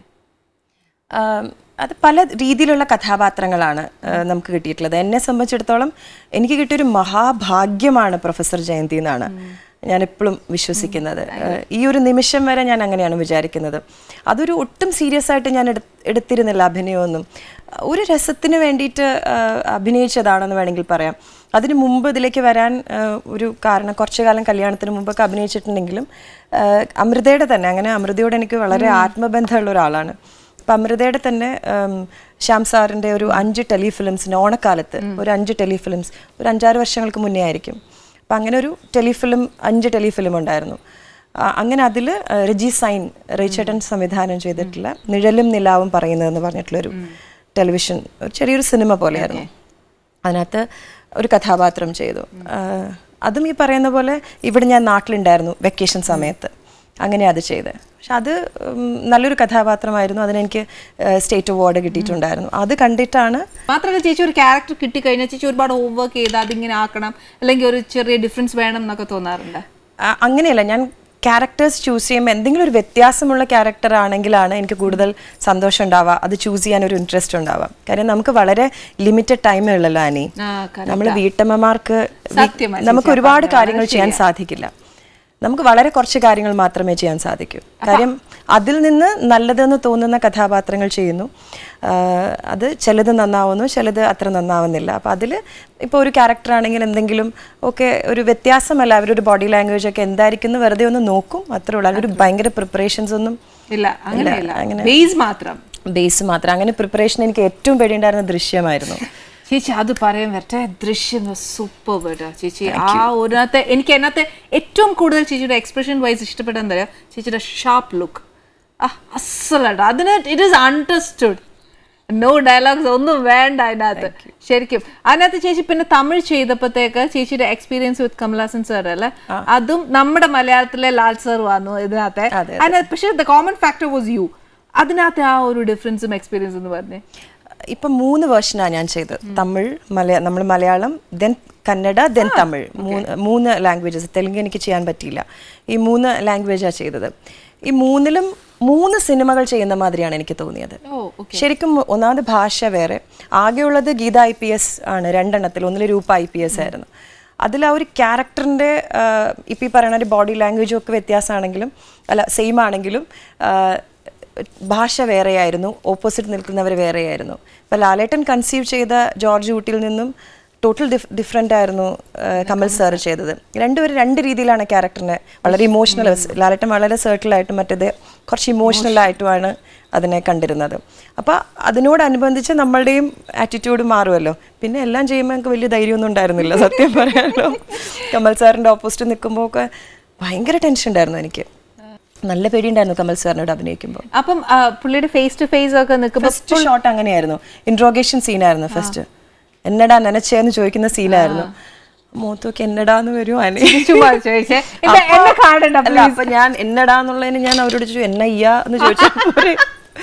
അപ്പോൾ ഞാൻ അവരാരും ഒന്നും പറഞ്ഞിട്ടില്ല. അപ്പം ഞാൻ ചോദിച്ചു എന്നയാ നനച്ചേ. എന്നിപ്പോൾ സാറ് പറഞ്ഞു എന്നയ്യ അല്ല എന്നടാ. കമൽ സാറ് പറഞ്ഞു. അദ്ദേഹം ഫുൾ ലൊക്കേഷനിൽ സിനിമ കഴിയുന്നവരെയും അതിനുശേഷവും ഞാൻ അദ്ദേഹത്തിനോടൊരു സിനിമയിൽ ഗസ്റ്റ് അപ്പിയറൻസ് ചെയ്തു. അതുവരെയും സംസാരിച്ചത് മലയാളത്തിലാണ്. അത് വലിയൊരു അത്ഭുതമായിരുന്നു എനിക്ക്. ഞാൻ അദ്ദേഹത്തിൻ്റെ അടുത്ത് ഇംഗ്ലീഷിലും അറിയാത്ത തമിഴിലൊക്കെ സംസാരിക്കാൻ ശ്രമിക്കുമ്പോഴും അദ്ദേഹം തിരിച്ച് വളരെ നല്ല നമ്മൾ എന്താ പറയാ കട്ടിയുള്ള മലയാളമല്ലേ, അങ്ങനെ നല്ല മലയാളത്തിൽ ഒരിക്കലും എക്സ്പെക്ട് ചെയ്തില്ല ഒരിക്കലും നല്ല മലയാളത്തിൽ സംസാരിച്ചു. അങ്ങനെ ആശ പേടിക്കണ്ട, അപ്പം പേടിക്കണ്ടെന്നൊക്കെ അദ്ദേഹം എനിക്കൊരു ഞെട്ടല. നന്നായിട്ട് മലയാളം, ഒട്ടും ഒരു തമിഴ് നല്ലോണം മലയാളം പറയുന്നുണ്ടായിരുന്നു. ആ ഒരു ധൈര്യം പിന്നീട് എനിക്ക്. അപ്പോൾ ക്യാമറയുടെ മുമ്പിൽ ഈസ് ടോട്ടലി ഡിഫറെൻറ്റ് ടോട്ടലി ക്യാരക്ടറായിട്ട് തന്നെയായിരുന്നു. ആദ്യത്തെ ഒരു ദിവസം എനിക്ക് ഭയങ്കര ഒരു പേടിയുണ്ടായിരുന്നു. പിന്നെ ഗ്രാജുവലി പിന്നെ കമൽ സാറാണെന്ന് ഞാൻ മറക്കാൻ ശ്രമിച്ചു. എന്തായാലും ചേച്ചി നൃത്തത്തെ പറ്റി എനിക്ക് ഒരുപാട് കാര്യങ്ങൾ ചോദിക്കാനുണ്ട്. എനിക്ക് ഒത്തിരി കാര്യങ്ങൾ അതിനെക്കുറിച്ച് അറിയാനുണ്ട്. ഡാൻസ് ചെയ്യാത്തോണ്ട് അതിനെപ്പറ്റി ഭയങ്കര ക്യൂരിയസ് അറിയാൻ. മഴയത്ത് മുമ്പിലെ ഡാൻസ് ഒക്കെ ഇപ്പോഴും മനസ്സിൽ നിൽക്കല്ലേ ആനി കളിച്ചത്. ചേച്ചി പ്ലീസ്, സിനിമയായിരുന്നു ആനി അതൊക്കെ, പറയാതിരിക്കാൻ പറ്റില്ല. ആ ക്യാരക്ടർ പുതുക്കോട്ടയിലെ പുതുമണവാളൻ, കുറേ സിനിമകളുണ്ട് ആനിയുടെ എനിക്ക് വലിയ ഇഷ്ടമുള്ള, സ്പെഷ്യലി മഴയത്ത് മമ്മൂക്കയുടെ കൂടെ അഭിനയിച്ചു. അതിനകത്തൊരു തെറിച്ച സാധനം. പക്ഷെ വളരെ നന്നായി ചെയ്തു. പിന്നെ ആദ്യത്തെ മെനോൻ സാറിന്റെ കൂടെ അഭിനയിച്ച സിനിമ. അതെ. ചേച്ചി പാടുവോ ചേച്ചി? പാടുവേ ഇല്ല ചേച്ചി. എന്നാ ചേച്ചി ഇത് ഇങ്ങനെ ഭയങ്കര നല്ല എക്സ്പ്രഷനോട് കൂടിയാ പറഞ്ഞ പാടിയേ ഇല്ല? പാടുകേ ഇല്ല എന്ന് മാത്രമല്ല, പാട്ടുകാരോട് ഭയങ്കര ഇഷ്ടമാണ്. പാടാൻ ഒരു കഴിവും ദൈവം തന്നിട്ടില്ല. വലിയ ആഗ്രഹമാണ് പാടണം. ചിത്ര ചേച്ചിയും ദാസേട്ടനൊക്കെ പാടുമ്പോൾ ഞാൻ പാടുന്നവരൊക്കെ എനിക്ക് തോന്നും ലിപ്പ് ഭയങ്കര ആഗ്രഹിക്കും. പക്ഷെ ചേച്ചി ആസ് ആശ ശരത്, ചേച്ചിക്ക് ഏതിലാണ് അറിയപ്പെടാൻ ഇഷ്ടം? As A dancer or as an actress? അങ്ങനെ തിരിച്ചു പറയാൻ പറ്റൂല ആനി. അതിപ്പം ഞാനെന്ന വ്യക്തി ഇപ്പം നൃത്തമാണെങ്കിലും അഭിനയമാണെങ്കിലും ഇതെല്ലാം ഒരു ജോലി എന്നാണ് ഞാൻ കാണുന്നത്. എൻ്റെ ഒരു ജീവിതത്തിലാണെങ്കിൽ ഇപ്പോൾ ഒരു നൃത്തം ചെയ്യാൻ കഴിഞ്ഞത് ഒരു വലിയ ഭാഗ്യം, അഭിനയിക്കാൻ കഴിഞ്ഞത് അതിലുപരി ഭാഗ്യം ഒക്കെ ആണെങ്കിലും ടോട്ടൽ ഒരു കലാകാരിയായിട്ട് ജനിക്കാൻ പറ്റിയത് ഏറ്റവും വലിയ ഭാഗ്യം. പക്ഷേ ഇപ്പം നൃത്തം ചെയ്തു, ഇപ്പം നാളെ നൃത്തം ചെയ്യാൻ സാധിച്ചില്ല, നാളെ അഭിനയിക്കാൻ സാധിച്ചില്ല, അതുകൊണ്ട് ഐ എം നോട്ട് ദെയർ. അങ്ങനെയില്ല എനിക്ക്. എന്നെ സംബന്ധിച്ചിടത്തോളം ഇതെല്ലാം ഇപ്പം നാളെ ഇപ്പോൾ ഒരു സിനിമ ചെയ്യാൻ കഴിഞ്ഞില്ല, നോ പ്രോബ്ലം. നൃത്തം ചെയ്യാൻ കഴിഞ്ഞില്ല, ഇപ്പം വരുന്ന എല്ലാ പെർഫോമൻസസും നമുക്ക് ചെയ്യാൻ പറ്റില്ല. അങ്ങനെയില്ല. ഞാൻ എന്താണോ അങ്ങനെയാണ്. അതിലിപ്പം ഞാനെന്ന അമ്മയും ഞാനെന്ന ഭാര്യയും ഞാനെന്ന മകളും ഒക്കെ ഉണ്ട്. ഇതിലിപ്പോൾ എല്ലാവരും ഇപ്പോൾ ബാങ്കിൽ വർക്ക് ചെയ്യുന്നു, അല്ലെങ്കിൽ ഹോസ്പിറ്റലിൽ ഡോക്ടറായിട്ട് വർക്ക് ചെയ്യുന്നു, എഞ്ചിനീയർ ആവുന്നു, അല്ലെങ്കിൽ അങ്ങനെ പലതും. ഇപ്പോൾ വീട്ടിൽ തന്നെ ഹോം മേക്കറാണ് ഏറ്റവും വലിയ ജോലി എന്നാണ് ഞാൻ വിശ്വസിക്കുന്നത്. ഹോം മേക്കർ ആ ഒരു ജോലിയുടെ 100%. അതിന്റെ കൂടെയാണ് നമ്മളിതെല്ലാം. അതിന്റെ കൂടെ നമ്മളെ സപ്പോർട്ട് ചെയ്യാനുള്ള ആൾക്കാരുള്ളത് കൊണ്ട് ഇതൊക്കെ എനിക്ക് ചെയ്യാൻ പറ്റുന്നു. ഭർത്താവും പിന്നെ കൂടെയുള്ളവരൊക്കെ, എൻ്റെ ഇൻലോസ് വളരെ സപ്പോർട്ടീവായിട്ടുള്ള ഇൻലോസ് ആണ് എനിക്ക്. അവരൊക്കെ സപ്പോർട്ട് ചെയ്യുന്നതുകൊണ്ടാണ് എനിക്ക് എന്തെങ്കിലുമൊക്കെ ചെയ്യാൻ പറ്റുന്നത്. മറിച്ച് നാളെ എനിക്ക് കുറച്ച് തിരക്കുകൾ വന്നു, മക്കളെ കുറച്ച് ഇപ്പോൾ വലുതായതുകൊണ്ടാണ് ഞാൻ ഇതൊക്കെ ചെയ്യുന്നത്. പറ്റിയിട്ടില്ല എങ്കിലും നോ പ്രോബ്ലം. അങ്ങനെയില്ല എനിക്ക്. അതില്ലെങ്കിൽ ജീവിതമില്ല. അങ്ങനെയില്ല ചേച്ചി. ഈ ഡാൻസിലെ ബേസിക്കലി നമ്മൾ പുരാണങ്ങളും ഹിസ്റ്റോറിക്കൽ വൈസ് ഒരു ക്യാരക്ടർ എടുത്ത് അതിനെ ഇംപ്രവൈസ് ചെയ്ത് അല്ലെങ്കിൽ അതിന്റെ ഒരു കഥ ഉണ്ടാക്കി അത് ഫുൾ ഫിനിഷ് ചെയ്യാ ചെയ്യുന്നത്. ഇപ്പം നമ്മുടെ സോഷ്യൽ ഇഷ്യൂസ് കുറേ ഉണ്ട്. അത് ഡാൻസിലൂടെ നമുക്ക് പെർഫോം ചെയ്ത് ഒരു മെസ്സേജ് കൊടുക്കോ അങ്ങനെ എന്തെങ്കിലും ചെയ്യാനൊക്കത്തില്ലേ? പിന്നെയോ, ഏത് കാര്യവും നൃത്തം ഒരു ഭാഷയാണ് അല്ലേ? നമ്മൾ കമ്മ്യൂണിക്കേഷനാണ്. എന്തും നമുക്ക് നൃത്തത്തിലൂടെ നമുക്ക് കമ്മ്യൂണിക്കേറ്റ് ചെയ്യാൻ സാധിക്കും. അത് ഇപ്പം ശാസ്ത്രീയപരമായിട്ടാണെങ്കിൽ അത് പഠിച്ചവർക്ക്, അങ്ങനെയല്ലാതെ വളരെ ലൈറ്റായിട്ടുള്ള വേർഷനാണ്. ഇപ്പം സിനിമകൾ കാണുന്ന പോലെ നൃത്തത്തിന് ആ രീതിയിൽ നമുക്ക് ചെയ്യാൻ സാധിക്കും. ഞാൻ പണ്ട് റേഡിയോയിലായിരുന്നു ജോലി ചെയ്തിരുന്നത്. ദുബായിൽ റേഡിയോ ഏഷ്യ എന്നൊരു റേഡിയോ ഉണ്ട്. അവിടെ 10 വർഷം അവിടെ ഞാൻ ജോലി ചെയ്തിട്ടുണ്ട്. Radio jockey. വലിയതായിട്ട് അങ്ങനെ സംസാരിക്കാനൊന്നും അറിയില്ല കേട്ടോ. പക്ഷെ എന്തെങ്കിലും ഒരു കലയുമായിട്ടൊരു ബന്ധം വേണമല്ലോ എന്ന് വിചാരിച്ച് പാർട്ട് ടൈം ആയിട്ട് ഞാൻ ഒരു 3 hours പോയിട്ട് ഞാൻ വർക്ക് ചെയ്തിട്ടുണ്ട്. പിന്നെ മക്കളൊക്കെ പഠിക്കാറൊക്കെ ആയപ്പോൾ ഞാൻ അവരെയും കൊണ്ടായിരുന്നു ഞാൻ സ്റ്റുഡിയോ പോയിരുന്നത്. ഒരാളെ പ്രാമിലും ഒരാളെ കൊത്തി 2 വയസ്സ് വ്യത്യാസമേ ഉള്ളൂ. അപ്പോൾ സ്റ്റുഡിയോയിൽ ഇരുത്തിയിട്ട് അങ്ങനെ. അപ്പോൾ ആ സമയത്ത് ന്യൂസിലിരിക്കുന്ന സമയത്തായിരുന്നു ഗുജറാത്ത് എർത്ത് നടന്നത്. അപ്പം അതിനകത്ത് ആനി കണ്ടിട്ടുണ്ടാവും, ഒരു കുട്ടി ഇങ്ങനെ ഒരു ബിൽഡിങ്ങിന്റെ താഴെ നിന്നിട്ട് അമ്മയെ വിളിക്കുന്നുണ്ട്. ഒരു ബിൽഡിങ്ങിന്റെ താഴെ ആ കുട്ടി മാത്രമേ ജീവിച്ചുള്ളൂ. ആ ബിൽഡിങ്ങിന്റെ താഴെ ഇങ്ങനെ ഓരോന്ന് പൊക്കിയിട്ട് അമ്മ മാമാന്ന് വിളിക്കുന്നുണ്ട്. ഫോട്ടോയും വീഡിയോ ഒക്കെ ഉണ്ടായിരുന്നു. ഭയങ്കരമായിട്ട് ഹോണ്ട് ചെയ്ത്. ആ കുട്ടിയുടെ പ്രായമായിരുന്നു എൻ്റെ മൂത്ത വാവ പങ്കു. അപ്പം അതിങ്ങനെ ഭയങ്കരമായിട്ട് എന്നെ ഹോണ്ട് ചെയ്യുന്ന സമയത്ത് അതൊരു നൃത്തരൂപമായിട്ട് ഞാൻ ചെയ്തിരുന്നു. ഭാഷയില്ല, ഒള്ളി ഇൻസ്ട്രുമെന്റൽ ആയിട്ട് ഗുജറാത്ത് എർത്ത് ബേസ് ചെയ്തിട്ടുള്ള ഒരു സാധനം ചെയ്തിരുന്നു. അത് അറൗണ്ട് ഞാനൊരു 35 to 40 സ്റ്റേജസ് UAE ചെയ്തിട്ടുണ്ട്. കേരളത്തിലേക്ക് വന്നിട്ടില്ല. അവിടെ ആ സമയത്ത് അവിടെ അങ്ങനെ പെർഫോം ചെയ്തിട്ടുണ്ട്. അങ്ങനെ എന്തെങ്കിലുമൊക്കെ. പിന്നെ ഈ പറയുന്ന പോലെ അഹല്യയെക്കുറിച്ച് ചെയ്തിട്ടുണ്ട്. അഹല്യ ശിലയുടെ ഉള്ളിലാണല്ലോ. അവർ പുറത്ത് ഒരു സ്ത്രീയായി വന്നാൽ, ഈ കാലത്ത് സ്ത്രീയായി വന്നാൽ എന്തായിരിക്കും അവരുടെ ഒരു ഇത്? Where she will be. അവർ അന്ന് ശിലയുടെ ഉള്ളിലായിരുന്നു, ഇന്ന് വേർ ഷീ വിൽ ബി. അത് നല്ല കോൺസെപ്റ്റ്. ശരിക്കും ഫസ്റ്റ് ടൈം ചേച്ചി മിനി സ്ക്രീനിലേക്ക് വരുന്നത് എങ്ങനെയാ? ഞാൻ കോളേജിൽ പഠിക്കുന്ന സമയത്ത് എനിക്ക് കുറച്ച് സിനിമകളെന്നൊക്കെ ഓഫർ വന്നിട്ടുണ്ടായിരുന്നു. അതൊന്നും അച്ഛനും അമ്മയും സമ്മതിച്ചില്ല. അത് ആ സമയത്ത് അത് അവരുടേതായിട്ടുള്ളൊരു പൊസസീവ്നെസ് കൊണ്ട് കല്യാണമൊക്കെ കഴിഞ്ഞിട്ട് ഭർത്താവിനൊക്കെ ഇഷ്ടമാണെങ്കിൽ നിനക്ക് ചെയ്യാം, ഇപ്പം നീ നൃത്തമൊക്കെ ആയിട്ട് പോവാം. നമുക്ക് ഭയങ്കര ആ സമയത്ത് എനിക്ക് വാശിയൊന്നും ഇല്ലെങ്കിൽ എനിക്ക് ചെറിയൊരു സങ്കടം ഉണ്ടായിരുന്നു. അന്ന് വിളിച്ചത് സിബി സാറാണ്, കമലതളത്തിലേക്കാണ് വിളിച്ചത്. ആ സിനിമ കാണുമ്പോഴൊക്കെ സങ്കടമല്ല, ഒരു കുട്ടിയുടെ മനസ്സ്. 10-17 വയസ്സേ ഉള്ളൂ, പ്രീ ഡിഗ്രിക്ക് പഠിക്കുന്ന സമയത്താണ്. അന്ന് എനിക്കൊരു ഡാൻസിൻ്റെ പടം പേപ്പറിൽ കണ്ടിട്ട് അവർ ഒരു ഡാൻസ് ചെയ്യുന്ന കുട്ടിയെ അന്വേഷിക്കുന്ന സമയമായിരുന്നു. അപ്പോൾ അങ്ങനെ ഒരു ഇരിക്കുന്ന സമയത്ത് എൻ്റെ കോളേജിലൊരു ടീച്ചറുണ്ട്. ഞാൻ പഠിച്ചത് പ്രീ ഡിഗ്രി പഠിച്ചത് മാർത്തോമ വിമൻസ് കോളേജിലും ഡിഗ്രി പഠിച്ചത് ശങ്കര കോളേജിലുമാണ്. ശങ്കര ഒരു ടീച്ചർ പറഞ്ഞ എൻ്റെ ഒരു അങ്കിൾ ഇതിനൊരു ടെലിഫിലിം എടുക്കുന്നുണ്ട്, ജാതക കഥകൾ, അഭിനയിക്കാമോ എന്ന് ചോദിച്ചു. അപ്പം 2-3 ദിവസം മതി. അപ്പം ഞാൻ അമ്മയോട് ചോദിച്ചു, പറഞ്ഞു വൈ നോട്ട്, ചെയ്യൂ. അങ്ങനെയാണ് അത് ചെയ്തത്. അങ്ങനെയായിരുന്നു ആദ്യമായിട്ടുള്ള ജാതക കഥകളിലെ ഒരു കഥാപാത്രം, ഒരു നമ്പൂതിരിക്കുട്ടി, അതായിരുന്നു ആദ്യം ചെയ്തത്. അതിനുശേഷം ചേച്ചി ഇപ്പൊ പിള്ളേരൊക്കെ വളർന്നതിന് ശേഷം ശരത്തേട്ടൻ പറഞ്ഞേച്ചാണോ സെക്കൻഡ് എൻട്രി? ശരിക്കും പറഞ്ഞാൽ സെക്കൻഡ് എൻട്രി ഒരു വലിയ തമാശയാണ്. സെക്കൻഡ് എൻട്രി ദുബായിൽ വെച്ചിട്ട് ഒരു ഷൂട്ട് നടന്നു, ഒരു സീരിയൽ, ഒരു ടെലിവിഷൻ സീരിയൽ നടന്നു. അപ്പോൾ ദേവേട്ടനായിരുന്നു ഹീറോ, ദേവേട്ടൻ. അപ്പം അശോകാർനാഥ് സംവിധാനം ചെയ്യുന്നത്. അപ്പോൾ അവിടെ അതിനകത്തൊരു ലീഡ് ദേവേട്ടൻ്റെ പേരായിട്ടൊരു, എനിക്ക് നല്ല ഇതിൻ്റെ ഒരു 3 ഇരട്ടി ഉണ്ടായിരുന്നു ആനി. ഞാൻ ഡെലിവറി ഒക്കെ കഴിഞ്ഞിട്ട് ഭയങ്കര വണ്ണം വെച്ചിട്ടുണ്ട്, ഡാൻസ് ഒന്നും ഇല്ലാതെ വണ്ണം വെച്ചിരുന്നു. അപ്പോൾ ഇവരിങ്ങനെ പറഞ്ഞു ഇങ്ങനെ ഒരാൾ വരുന്നുണ്ട്, അപ്പോൾ ഇതിൻ്റെ ഒരു അഭിനയിക്കാമോ എന്ന് ചോദിച്ചു. അപ്പോൾ എനിക്ക് അഭിനയം എന്ന് തന്നെ ഞാൻ മറന്നുപോയി, എൻ്റെ മനസ്സിൽ പോലും ഇല്ല. അപ്പോൾ അവർ വരുന്നു, അവർ എന്തായാലും ഞങ്ങൾ വരുന്നുണ്ടോ ഒന്ന് കാണുന്ന സംസാരിക്കണം. അപ്പോൾ അവർ വരുന്നു പറഞ്ഞപ്പോൾ ഞാൻ വീട്ടിൽ നിന്ന് പോയി, എനിക്ക് പേടിയായിരുന്നു, എസ്കേപ്പായി. പക്ഷെ ഞാൻ അതിൽ കുറച്ച് അഭിനയിച്ചു, അതിനകത്ത് ആ കഥാപാത്രം അഭിനയിച്ച് കണ്ടപ്പോഴാണ് ഈശ്വര എനിക്ക് ഇത്ര വണ്ണം ഉണ്ടല്ലോ എന്ന് എനിക്ക് സ്വയം. ഇപ്പം ആനിയുടെ ഒരു 3 ആനി ഉണ്ട്, അത്ര വണ്ണം ഉണ്ടായിരുന്നു എനിക്ക്. ഐ വാസ് ഹ്യൂജ് ആക്ച്വലി, എൻ്റെ തന്നെ 4-5 ആള്. അങ്ങനെയാണ് അത് കണ്ടിട്ട് എൻ്റെ അച്ഛൻ എന്നെ കളിയാക്കി. അച്ഛനോട് പറഞ്ഞു നിൻ്റെ ഇത് കണ്ടു ഞാൻ, പക്ഷേ ഫുൾ കാണാൻ പറ്റിയില്ല. ഞാൻ ചോദിച്ചു അതെന്താ? എനിക്കത് ഒരു ടി വിയിൽ കാണാൻ പറ്റാത്തതുകൊണ്ട് ഞാൻ അപ്പുറത്തെ വീട്ടിൽ നിന്ന് ടി വി കൂടെ വെച്ച് ചേർത്ത് വെച്ചിട്ടാണ് നിന്നെ കണ്ടത് എന്ന് പറഞ്ഞു.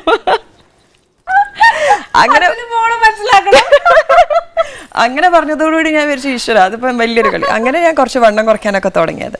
അങ്ങനെയായിരുന്നു തുടക്കം. അതിനുശേഷമാണ് നിഴലിൽ നിലാവും പറയുന്നത്. അങ്ങനെ പൊന്നും പോകുന്നിട്ട് ഒരു ചെറിയൊരു ടെലിവിഷൻ സാധനം കൂടെ ചെയ്തു. അപ്പൊ ചേച്ചി ഈച്ച് ആൻഡ് മൈന്യൂട്ട് ഓരോ കാര്യങ്ങൾ ചെയ്യുമ്പോൾ അച്ഛൻ ശ്രദ്ധിക്കുവേ എല്ലാം. അതെങ്ങനെ രാവിലെ ഉച്ചയ്ക്ക് വൈകുന്നേരം വിളിക്കില്ലേ? പക്ഷെ എന്റെ സ്നേഹമൊക്കെ ഇപ്പൊ എന്റെ മക്കളോടായിട്ടുണ്ട് അച്ഛന്. അപ്പൊ പിള്ളേരൊക്കെ അപ്പൂപ്പനുമായിട്ട് എങ്ങനെയാ അവര് വിളിക്കുന്ന? അച്ഛനെ, എന്റെ അമ്മ അച്ഛനെ ദേന്നേന്നാ വിളിക്കുക. അപ്പൊ എന്റെ മക്കളെ പേര് വിളിക്കുക ദേന്നേ. അപ്പൊ എന്റെ മക്കൾ അച്ഛനെ വിളിക്കുക ദേന്നേ അപ്പൂപ്പൻ എന്നാണ്. ദേന്നേ അപ്പൂപ്പനാണ് അവരുടെ അപ്പൂപ്പൻ. പിന്നെ അവരോട് ദേഷ്യമില്ല, അവരെന്ത് ചെയ്താലും അപ്പൂപ്പന് കുഴപ്പമില്ല. അങ്ങനെയാണ് അപ്പൂപ്പൻ. പക്ഷെ ഇതേമാതിരി മോളെ നോക്കുന്ന പോലെ തന്നെ കുഞ്ഞുമക്കളെ, പക്ഷെ അവരോട് സ്ട്രിക്റ്റ് ഒന്നുമല്ല, അവരെന്ത് ചെയ്താലും അതങ്ങനെയാണല്ലോ. അപ്പൂപ്പൻ്റെതായിട്ടുള്ള ഒരു അഫെക്ഷൻ എപ്പോഴും ഉണ്ട്. ചേച്ചിയുടെ ആദ്യം മുതലുള്ള ഫ്രണ്ട്സ് ആരൊക്കെയാ ഇപ്പോഴും സ്റ്റിൽ മെയിൻറ്റെയിനിങ്? അതെല്ലാം ഉണ്ടോ? എനിക്ക് കുറച്ച് കൂട്ടുകാരുള്ളൂ ആനി, വളരെ കുറച്ച്. ഞാൻ അതിലൊരു പിശുക്കിയ, വളരെ കുറച്ച് കൂട്ടുകാരേ ഉള്ളൂ. ഒരുപാട് ഫ്രണ്ട്സ് ഉണ്ട്, പക്ഷെ മനസ്സിലേക്ക് ചേർത്ത് പിടിക്കുന്നവർ വളരെ, മനസ്സിൻ്റെ ഉള്ളിൽ വെക്കുന്നവർ വളരെ കുറവാണ്. എല്ലാവരുമായിട്ട് സ്നേഹമാണ്. അതിൽ സ്കൂളിൽ പഠിക്കുമ്പോൾ കിട്ടിയൊരു ഫ്രണ്ടാണ് രേഖ. എൻ്റെ വീടിൻ്റെ അടുത്ത് തന്നെയാണ്. എന്നെ അവളെയും കൂടിയാണ് അമ്മ ഡാൻസ് പഠിപ്പിച്ചിട്ടുള്ളത്. അപ്പോൾ ഒരു 3 വയസ്സ് 4 മാസത്തിനുള്ളിൽ ഞങ്ങൾ കൂട്ടുകാരാണ്. പിന്നെ പ്രീ ഡിഗ്രിക്ക് പഠിക്കുമ്പോൾ ഒരു സീന എന്ന് പറഞ്ഞൊരു ഫ്രണ്ടിനെ കിട്ടി. അങ്ങനെ പിന്നെ ദുബായ് ചെന്ന ശേഷം ഒരു രജിതയെ കിട്ടി. ഈ 3 ഫ്രണ്ട്സിൽ 3 ഫ്രണ്ട്സും 2 പേരും ശരത്തേട്ടൻ്റെ ഫ്രണ്ട്സിനെ കൊണ്ട് ഞാൻ കല്യാണം കഴിപ്പിച്ചു. അല്ല, ഒരാൾ നമ്പൂരിയാണ്. ദുബായ് ചെന്നപ്പോൾ തൊട്ട് ഞാൻ ഇങ്ങനെ നമ്പൂരി അന്വേഷിച്ച് നടക്കുമായിരുന്നു. അങ്ങനെ 2 പേരും അങ്ങനെ. പിന്നെ രജിത പിന്നെ ഓൾറെഡി അവിടെ നമ്മുടെ ബിന്ദുജയുടെ ബ്രദർ വിനു ആണ് അതിലൊരാള്. അങ്ങനെ 3, ഞങ്ങൾ 4 പേരാണ്. V4 എന്ന് പറയും. ഞങ്ങൾ 10-20 വർഷമായിട്ട് ഞങ്ങൾ ഒരുമിച്ചാണ് ട്രാവൽ പോകുന്നതും ഓണം ഉണ്ണുന്നതും വിഷുവും സുഖവും സന്തോഷവും ഒക്കെ എല്ലാം ഞങ്ങൾ ഒരുമിച്ചാണ്. ചേച്ചി ഇപ്പൊ ശരത്തേട്ടന്റെ ഫ്രണ്ട്സിനെ കൊണ്ടിട്ട് ചേച്ചിയുടെ ഫ്രണ്ട്സിനെ കല്യാണം കഴിപ്പിച്ചു എന്ന് പറഞ്ഞേ, ഈ ശരത്തേട്ടനെ എങ്ങനെ കണ്ടുപിടിച്ചേ? ശരത്തേട്ടനെ കണ്ടുപിടിച്ചത് എൻ്റെ ചേട്ടൻ്റെ മൂത്ത ബ്രദറുണ്ട്, വേണു എന്നാണ് പേര്. ചേട്ടൻ്റെ സുഹൃത്തെന്ന് പറയാൻ പറ്റില്ല, അവർ തമ്മിൽ ഇങ്ങനെ, അവർ 2 മസ്കറ്റിലായിരുന്നു. അപ്പം ഇങ്ങനെ ഊണ് കഴിക്കണ സമയത്ത് റെസ്റ്റോറൻറ്റിൽ പോയി ചെറിയ ചെറിയ കഫറ്റീരിയകളാണ്. അപ്പോൾ അങ്ങനെ അങ്ങോട്ട് ഇങ്ങനെ കണ്ട് പരിചയപ്പെട്ടതാണ്. അപ്പോൾ ഒരു ദിവസം വീക്കെൻഡ് ചോദിച്ചു, അപ്പോൾ അവർക്ക് എവിടെയെങ്കിലും വീട്ടിൽ പോയിട്ട് ഭക്ഷണം കിട്ടുക വലിയ കാര്യമാണ്. അപ്പോൾ ഒരു ദിവസം ചോദിച്ചു, ഞാൻ എൻ്റെ ഒരു കസിൻ്റെ വീട്ടിൽ ഭക്ഷണം കഴിക്കാൻ പോവാൻ, ആർ യു ജോയിനിങ് എന്ന് ചോദിച്ചു. അപ്പോൾ അങ്ങനെ അദ്ദേഹം ജനിച്ചു വളർന്നത് നാസിക്കിലാണ്. അപ്പം മലയാളം കുറച്ച് കുറവാണ്. അപ്പം മലയാളികളോട് ഭയങ്കര ഇഷ്ടമാണ്, മലയാളം പറയുന്നവരോടും മലയാളി ലുക്കുള്ളവരോടൊക്കെ ഭയങ്കര ഇഷ്ടമാണ്. അങ്ങനെ ഈ ഫ്രണ്ടിൻ്റെ വീട്ടിൽ ഭക്ഷണം കഴിക്കാൻ പോയപ്പോൾ എൻ്റെ ഒരു ഡാൻസിൻ്റെ ഒരു CD ഉണ്ട്. പണ്ട് കാസറ്റാണ്, കാസറ്റ് കൊടുത്തു വിട്ടില്ലായിരുന്നു ചേട്ടൻ്റെ അടുത്ത്. അപ്പം ആ കാസറ്റ് ഇട്ട് കാണുമ്പം പിറ്റേ ദിവസം ചേട്ടനോട് ചോദിച്ചു എനിക്ക് കല്യാണം കഴിച്ചു തരുമോ എന്ന്. അങ്ങനെ ശരത്തേട്ടന് അബദ്ധം പറ്റിയെന്ന് ശരത്ത് പറയാലോ. അതെന്തായാലും ശരത്തേട്ടൻ ചുമ്മാ പറയുന്ന, അതല്ലെങ്കിൽ ചേച്ചി കൈ നിട്ടതാട്ടോ, അതൊക്കെ വെറുതെ പറയാ. പക്ഷെ ചേച്ചിയുടെ ഡാൻസ് പെർഫോമൻസ്, ആക്ടിങ് എല്ലാം പിള്ളേരെന്നാ പറയും? ഭയങ്കര ക്രിട്ടിക്കാണ്. അമ്മ എന്താ അമ്മ കാണിക്കണത് എന്നൊക്കെ ചോദിക്കും. ഡാൻസിനെ പറ്റി വല്ലത് പറയില്ല. അഭിനയത്തിൽ അവര് അമ്മ പോരാ, അത് നല്ലത്, എല്ലാം ഇങ്ങനെ നല്ലത് ചീത്തയൊക്കെ കൃത്യമായിട്ട് പറയും. അവരിപ്പം ഡാൻസ് ചെയ്യും നല്ലോണം, പക്ഷെ വെസ്റ്റേണും മറ്റേ ബോളിവുഡും ചെയ്യും, ക്ലാസിക്കലും ചെയ്യും. എനിക്കത് ചെയ്യാൻ പറ്റൂലല്ലോ. അപ്പൊ ഞാൻ കുറെ അരമണ്ഡലം നിൽക്കൂ, കൈപൊക്കി പിടിക്കൂ എന്നൊക്കെ പറയുമ്പോൾ അമ്മ ഇതൊന്നും ചെയ്ത് കാണിക്കാൻ പറ്റുമോ എന്ന് ചോദിച്ചു. അതിൽ ഞാൻ തോറ്റില്ലേ. അങ്ങനെ ചേച്ചി ഒരുപാട് കാര്യങ്ങൾ പറഞ്ഞിട്ട് ഞാൻ ആദ്യം ചോദിച്ച കാര്യം പിന്നെ ഒന്ന് സദ്യ വിളമ്പ മറന്നു പോയിട്ടോ. ഞാൻ ഇനി വിളമ്പിയേച്ച് ബാക്കി കാര്യങ്ങൾ ചോദിക്കാം കേട്ടോ.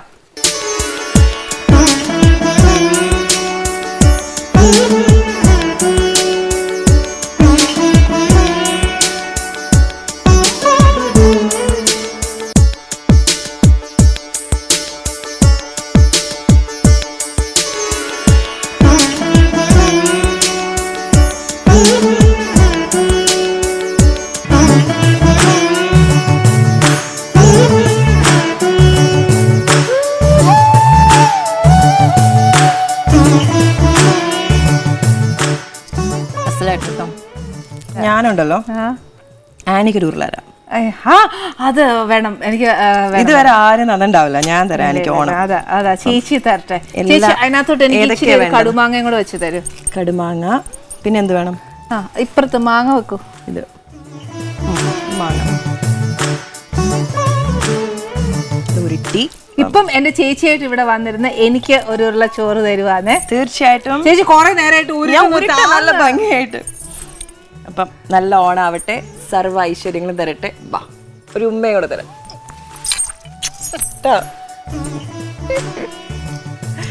നല്ല ഓണാവട്ടെ കേട്ടോ.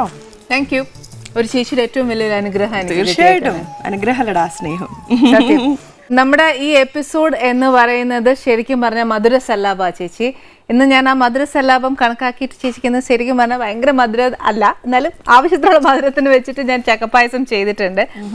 പിന്നെ എന്തായാലും ചേച്ചി ഇപ്പൊ എനിക്ക് ഒരു കാര്യമുണ്ട്. ചേച്ചി വേഗം ആ പരിപ്പുണ്ട്.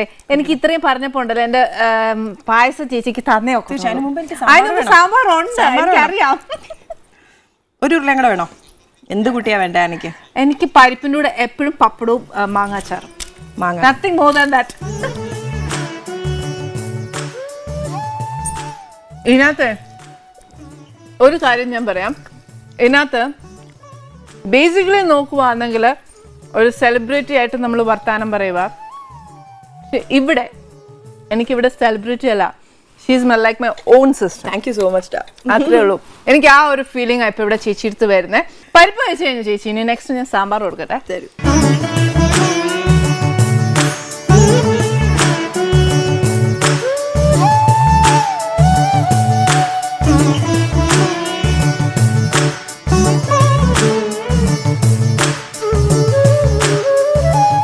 ശരത്തേട്ടൻ്റെ വീട്ടില് എല്ലാവരും വെജിറ്റേറിയൻസ്, വാരന്മാരാണ്.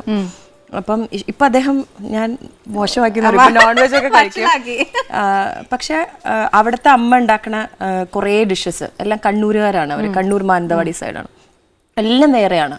പക്ഷെ അതെനിക്ക് ഭയങ്കര ഇഷ്ടമാണ്. കുറേ വ്യത്യാസമുണ്ട്. കുറച്ച് മധുരം ഉണ്ടാവും എല്ലാത്തിലും. Total different. സ്പൈസി വളരെ കുറവാണ്. അതെല്ലാം അമ്മ ഉണ്ടാക്കുന്നത് വേറൊരു രീതിയിലുള്ള ഫുഡാണ്. അതും നമുക്ക് വളരെ യൂസ്ഡ് ആണ്. ഞാൻ അത് അമ്മ ഉണ്ടാക്കുന്ന ഫുഡും വളരെ ഇഷ്ടമാണ്. കാര്യം ശരത്തിന് അത് ഭയങ്കര ഇഷ്ടമായതുകൊണ്ട് ഞാൻ അങ്ങനെയും ഉണ്ടാക്കാറുണ്ട്. അപ്പൊ ചേച്ചിക്ക് 2 വെറൈറ്റി അറിയാവേ. അപ്പൊ അത് ഞങ്ങൾക്കൊന്ന് പറഞ്ഞു തന്നിട്ട് വളരെ ഒന്നുമില്ല. ഇപ്പൊ എല്ലാത്തിലും ശർക്കര ചേർക്കും. പിന്നെ സാമ്പാറൊക്കെ നമ്മൾ തേങ്ങ അരക്കില്ല, അവര് തേങ്ങ അരച്ച് വെക്കും. വറുത്തരച്ചൊക്കെ അങ്ങനെ വേറൊരു സ്റ്റൈലാണ്. അപ്പൊ നമ്മുടെ ഈ സ്വാദിനെക്കാട്ടിലും ഡിഫറെന്റ്, എല്ലാം ഡിഫറെന്റ് ആണ്. എല്ലാ കറികൾക്കും ഒരു വ്യത്യാസം ഉണ്ടാവും. പക്ഷെ അതിനൊരു ശരത്തേട്ടൻ ബിസിനസ് ചെയ്യണം. ഓയിൽ മറീൻ ബിസിനസ് ചെയ്യുവാണ്. അങ്ങനെ ഇവിടെ നാട്ടിലും ഉണ്ട്. അപ്പൊ ശരത്തേട്ടന് ഏതാ ഇഷ്ടം? നാടൻ ഭക്ഷണം? ശരത്തേട്ടന് വെജിറ്റേറിയൻ ഭക്ഷണമാണ് ഏറ്റവും ഇഷ്ടം. നമ്മളിപ്പം നല്ല മീൻകറി, മട്ടൻ എന്നൊക്കെ പറയുമ്പോൾ നമുക്ക് വായിൽ വെള്ളം വരല്ലേ. അതേപോലെ അദ്ദേഹത്തിന് ഇപ്പോൾ ട്രാവൽ എല്ലാം കഴിഞ്ഞിരുമ്പോഴേക്കും ഇന്നലെ ഞാൻ സ്വപ്നം കണ്ടു നല്ല പരിപ്പ് കറി. അങ്ങനെയാണ്. പരിപ്പും ചോറ്, ദോശ, ഉപ്പുമാവൊക്കെയാണ് ശരത്തേട്ടൻ്റെ ഫേവറേറ്റ് ഭക്ഷണങ്ങൾ. ഇനി ചേച്ചി ഞാൻ പായസം വരമ്പട്ടെ.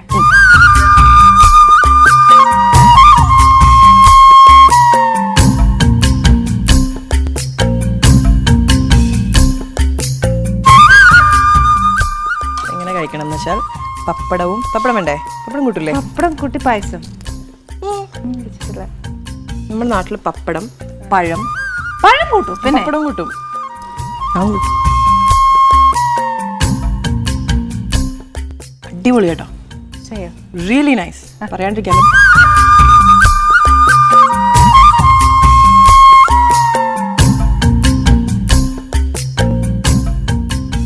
എത്ര പേർക്ക് ഇത് കാണുമ്പോൾ കൊതി വരുന്നുണ്ടാവുന്നു.